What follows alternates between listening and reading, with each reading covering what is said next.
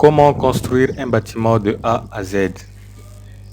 Tel est le titre de cette série de vidéos que nous avons commencé il y a quelque temps. Nous sommes à l'épisode 12. Si tu viens de nous découvrir, pas de panique, je te mettrai le lien en haut et en barre de description. Ainsi, tu pourras aller visionner nos vidéos précédentes. Il est important d'aller suivre les vidéos précédentes pour comprendre ce qui se fait actuellement. Dans la vidéo précédente, nous avons commencé par montrer les murs de ce bâtiment que nous avons commencé à élever. Là, je vous montre un peu un aperçu global du chantier.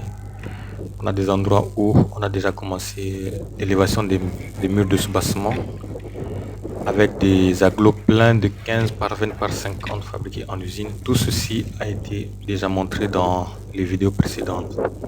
Donc, allez voir les autres vidéos. Voici ce qui a déjà été fait jusqu'à présent. Voici l'état de mon chantier.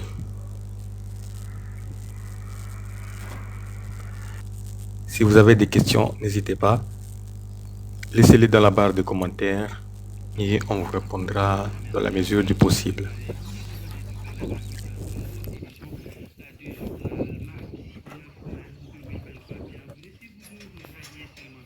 Une semelle isolée dont on a déjà construit dans les deux sens le mur de ce bâtiment. Il ne reste plus qu'à venir coffrer le poteau et couler l'amorce poteau.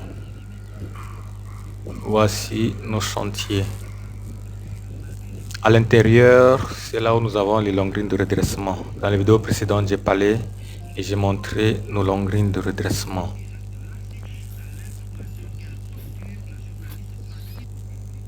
Un béton de propreté sur lequel nous allons venir construire le mur de soubassement.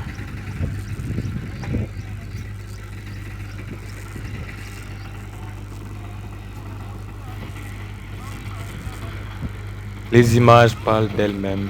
Si vous avez des questions, n'hésitez pas, laissez-les en commentaire.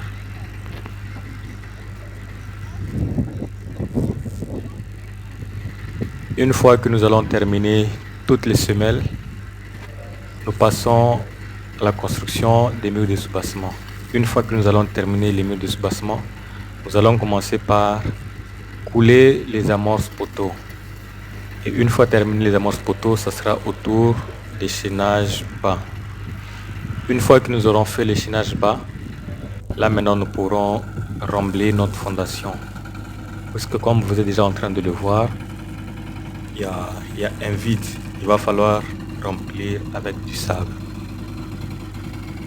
Et une fois que nous aurons rempli notre fondation, la fondation sera complètement finie.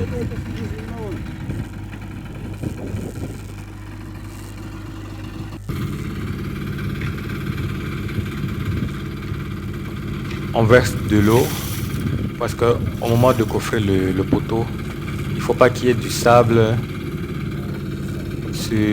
dans le poteau. Avant de coffrer, on verse de l'eau. Après avoir coffré et avant de couler le béton, nous allons encore verser de l'eau pour vraiment chasser le sable, pour assurer vraiment l'adhérence du béton de la semelle et du béton de l'amorce poteau. Ça, c'est un béton de propreté qui va recevoir une longrine de redressement. Une semelle est en train d'être posée.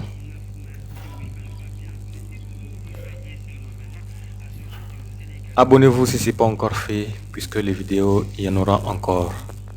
Sur ce, portez-vous bien. Rendez-vous dans la prochaine vidéo et à très bientôt.